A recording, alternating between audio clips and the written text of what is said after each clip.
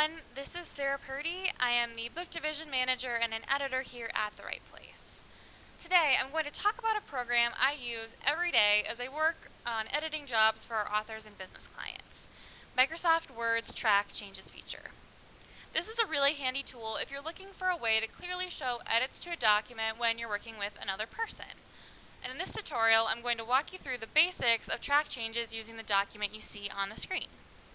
Now, this is a press release from July 2016 announcing our Pella office's move to a new location.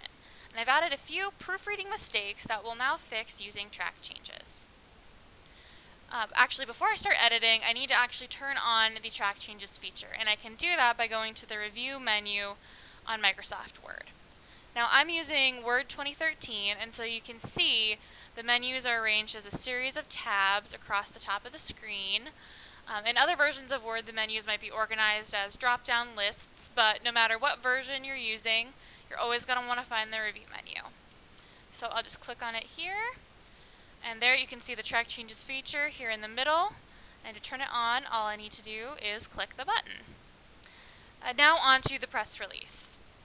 So the first sentence here reads, "The Right Place, a local publishing and design business, is excited to announce that it has a new home." Looks like we're missing commas around the appositive phrase, a local publishing and design business. And to fix that, all I need to do is click where I want to add the comma, key it in, and there you'll see it appears red and underlined. So I just need to do that for the second comma as well. And there we go. That is fixed. Now something else has caught my eye in the first line of the next paragraph. The red squiggly line is telling me that editing has been spelled wrong, and it's actually missing the first I. So just like before, to fix it, all I need to do is click where I want the I to go, type it, and the spelling error has been corrected. So as you can see, adding in corrections is pretty simple, but what if I want to delete something or change a whole word? Well, track changes will let me do that too. So let's actually scroll down a little bit to the first quote in the press release.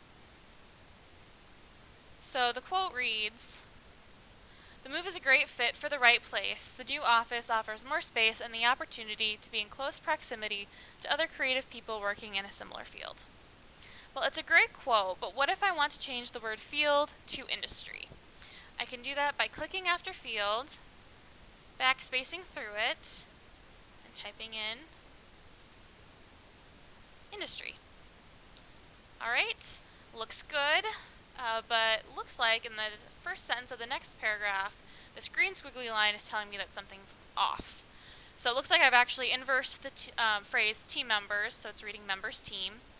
I can fix that by just highlighting the word team, moving it there, and you can see the old team has been turned red and crossed out, and the new placement for team is red and underlined. So track changes has recorded that edit, and if I wanted to, I could highlight and move around entire paragraphs or sentences in the same way. And sometimes when you move an entire paragraph, the text will actually turn green and have a double underline instead of red and a single underline like you're seeing here. Now, another track changes feature that's helpful is the comment tool, which allows you to type in comments or questions in the margin of a document. So for example, if we look down a couple of lines, I mention the chalkboard accent wall that's in our office. Now, I think it'd be a great idea to include a picture of the chalkboard accent wall in the press release. So to record that thought, all I need to do is highlight it and click this button up here, which reads New Comment. So you see when I click on it, a dialog box pops up where I can type in the thought. And I can just type it in here. And there we go. My thought has been recorded. And when the author of the document reads this and sees that comment, they can actually respond by highlighting the same thing, the new comment again, and you'll see a dialog box pops up where they can type their response. Okay, so the rest of the press release looks good, so we're ready to go through the changes and send it back to the author. I can save my changes by hitting the Save or Save As buttons up in the corner.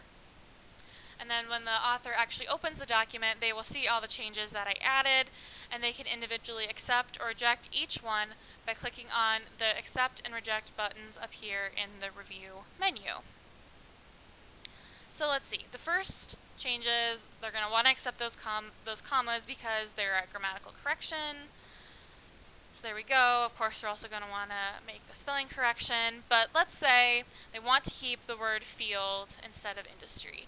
So they can reject that change by clicking the reject button, and there you see my suggestion disappears and the original text remains. Now we've already covered responding to comments, but you can actually delete them as well. Say once you've decided, yeah, it's a good idea to have the photo, we'll do that, I don't need the comment anymore. All you need to do to delete it is to right click. See delete comment pops up. So you need to delete it there. And there. And there we go. The press release is ready to go. Once you have a firm grasp on the basics of using track changes, you'll find it's an incredibly simple, efficient, and user-friendly way of working through the editing process with a client or a colleague. Now that's all for today. Thanks for watching, everyone, and happy editing!